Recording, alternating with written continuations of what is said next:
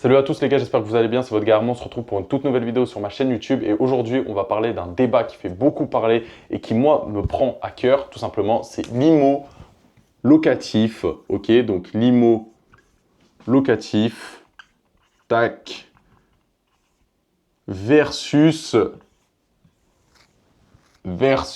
la bourse, ok. Et donc moi je vais vous dire pourquoi l'IMO locatif c'est plus fort que la bourse. Il y a des gens qui vont vous dire non, la bourse est meilleure, etc. Pour moi, aujourd'hui, l'IMO locatif c'est la meilleure façon de devenir millionnaire le plus rapidement possible avec le moins de capital possible et en commençant le plus bas possible, ok. Vous allez comprendre pourquoi, ok. Tout simplement, on commence. Alors déjà, pour investir en bourse, il faut tout simplement déjà de l'argent, du capital. Donc on va prendre par exemple, là on va mettre Kevin, ok. Donc Kevin qui gagne 2000 € par mois, ok. Et là on va prendre Jean qui gagne aussi 2000 € par mois, ok. Donc Kevin qui gagne 2000 € par mois, s'il veut être riche en bourse, qu'est-ce qu'il va devoir faire? Il va devoir investir tous les mois 500 €, ok. Donc il va investir tous les mois 500 €. Donc sur ces 2000 € qu'il a tout simplement qu'il avait à la base, il va lui rester plus que 1500 € pour vivre. Alors que Jean, qui a 2000 €, s'il veut investir en immobilier, il lui suffit de constituer un petit apport, donc on va dire 5000 €, mais ensuite, il n'aura plus besoin de les utiliser. Donc une fois, on va lui dire, on va lui faire moins 5000, tac, et une fois qu'il a enlevé ces 5000 €, c'est bon, il n'a plus besoin de les utiliser. Désolé, c'est un peu le bordel, mais le plus important, c'est que vous compreniez, d'accord?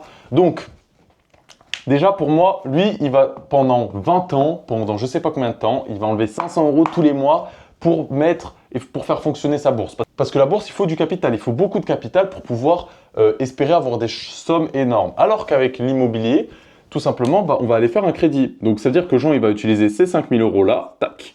Il va utiliser 5000 € et il va aller lever, s'il a 2000 € par mois, il peut aller lever un crédit à 140 000 €, ok.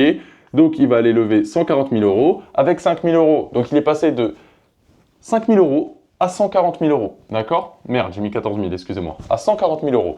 Donc, avec ces 140 000 €, il aura plusieurs choix. Tout simplement, soit de louer son appartement en longue durée, donc que ça s'autofinance et que s'il a un prêt sur 20 ans, dans 20 ans, il aura du coup 140 000 € en cash.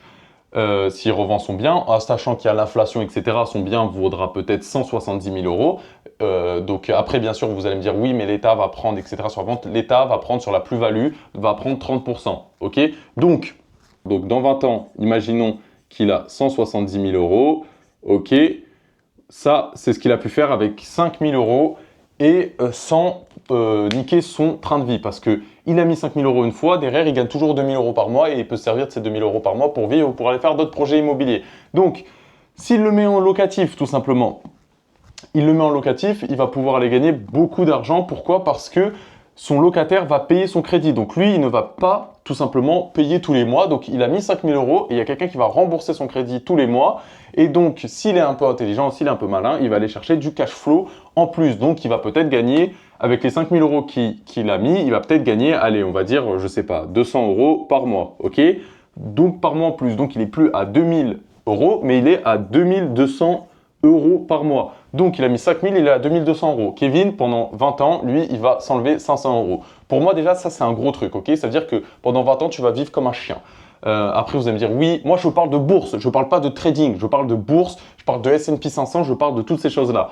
Au niveau, tout simplement, de la rentabilité, la bourse, tu peux aller chercher à peu près du 10%, etc. L'immobilier, c'est pareil. Pour moi, un projet immobilier qui doit être intéressant, c'est un projet immobilier où tu es à 10% brut de rentabilité sur de la longue durée. Ton projet immobilier, il est à 10% brut, là, c'est intéressant, et là, c'est très intéressant et là, tu fais fructifier ton argent. Si tu es en dessous de 10%, pour moi, c'est pas très intéressant, ok?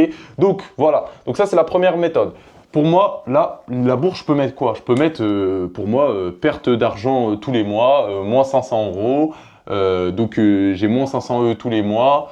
Voilà. Si je les retire, en plus de ça, je vais me faire taxer parce qu'il y a la flat tax. Donc, pour moi, tout simplement, la bourse, ça se fait laver par l'immo. Ensuite, là, j'ai mis locatif, mais j'ai pas parlé du fait que en immobilier, tu peux faire des flips et faire de l'achat-revente. Ça veut dire que peut-être que Jean a acheté son bien 140 000, mais que sur le marché, il a fait une vraie affaire et qu'au final, il en vaut 200 000. Ok, bah, s'il en vaut 200 000, Jean, il aura fait des travaux, etc. Il va le revendre. Et donc là, en l'espace de 6 mois, 1 an, même 1 an et demi, peut-être que Jean aura fait 30 000 euros de plus-value. Ok, alors que Kevin, si on fait, on va dire en 1 an, donc il aura fait lui 30 000 euros de plus-value, alors que lui, si on fait en 1 an, on va faire juste 500 fois 12, ce qui nous donne 6 000 euros. Ok, donc en 1 an, il aura fait 6 000 euros. Vous allez me dire, oui, les intérêts composés, etc. Mais c'est la même chose, en IMO aussi, il y a des intérêts composés. Pourquoi? Parce que tu grossis, tu grossis, tu grossis, tu grossis. Donc, pour moi, l'IMO locatif et même l'immobilier, c'est beaucoup plus rentable que la bourse. Ensuite, on va voir pourquoi. Donc, on va remettre Kevin avec ses 2000 par mois et on va remettre Jean avec ses 2000 par mois. Ok? Donc, lui, on a dit que ça faisait moins 500 euros. Et lui, on a dit que du coup, ça faisait moins 5000 euros. Mais que du coup, ces 5000 euros pouvaient lui rapporter, du coup, par mois en plus, 2200 euros, ok, parce que son bien est rentable. Et donc, maintenant, il a gagné 2200 euros. Donc, il a ses 2200 euros, qu'est-ce qu'il va faire? Il va refaire l'opération et il repart dans une nouvelle banque, voilà, j'ai un nouveau projet, etc. Et il se réendette. Et donc, il se réendette sur un projet rentable qui lui rapporte encore 200 euros. Donc maintenant, il n'est plus à 2200 euros, mais il est à 2400 euros. Et en plus de ça, il n'a plus 140 000, parce qu'on avait dit qu'il avait acheté 140 000 euros de patrimoine.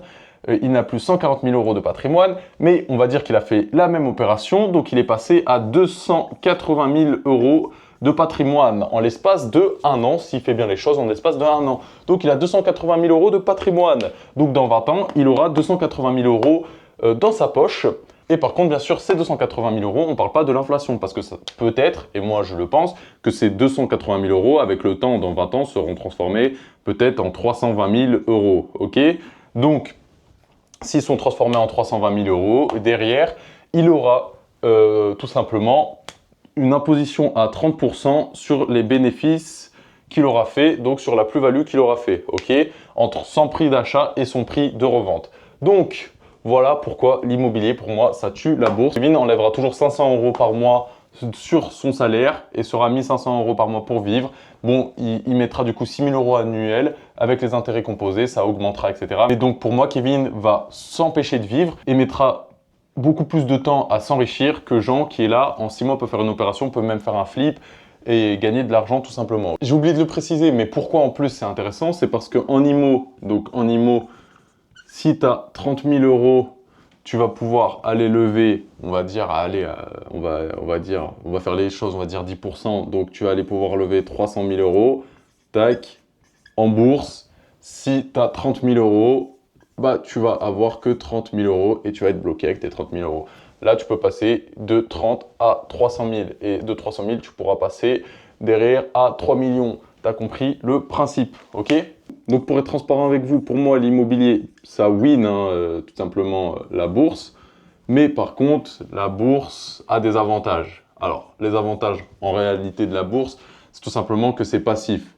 Ça veut dire que tu n'as pas de gestion, tu n'as pas de locataire, etc. à t'occuper. C'est passif, tu as les intérêts composés, tu as des rendements intéressants sans forcément te casser la tête, donc sans te faire d'études de marché. Donc tu as des bons rendements qui peuvent être cool. Le risque, tu ne prends pas beaucoup de risques si tu investis en bourse honnêtement.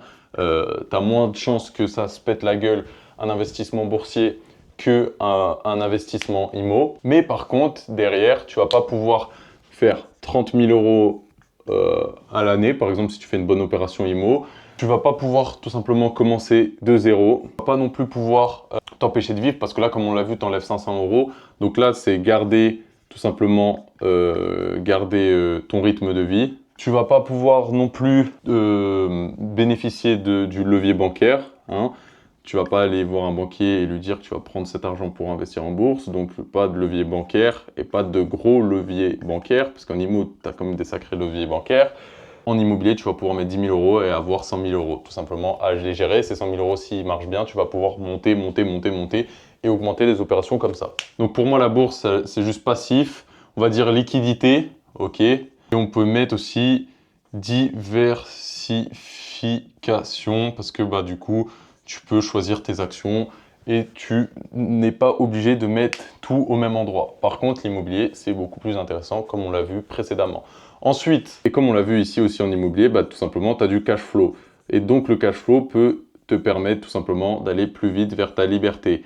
Parce que si tu enchaînes les opérations à 200, 200, 500 euros, 400 euros de cash flow, etc., bah, tout simplement, tu vas te créer un complément de revenu, un deuxième salaire et tu vas pouvoir être libre plus vite. Là, tu seras libre dans je ne sais pas combien d'années. Ici, tu seras libre en 2 ans, 3 ans, tu peux déjà être bien libre. Même en 1 an, si tu as speedé la chose, tu vas pouvoir être libre et pouvoir voyager tout simplement, profiter de tes proches, etc.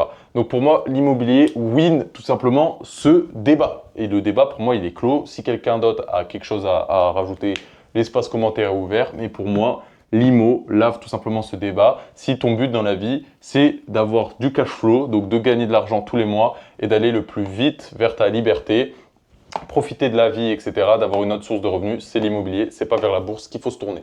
Donc voilà, moi comme vous l'avez vu, je suis pas un expert en bourse hein, et ça m'intéresse pas. Mais si ça t'intéresse par contre d'aller investir en immobilier, d'aller chercher ton premier bien rentable, d'aller chercher ton premier cash flow par mois, etc. et de pouvoir acquérir cette liberté, tu as juste à cliquer sur le lien qui se trouve dans ma description. Tu pourras prendre un appel stratégique avec moi ou un membre de mon équipe. On fera au mieux pour t'éclairer sur ton projet, voir ta situation. C'est totalement gratuit, donc prends un appel avec nous et on va t'aider. C'était ton gars Armand. Peace, à la prochaine.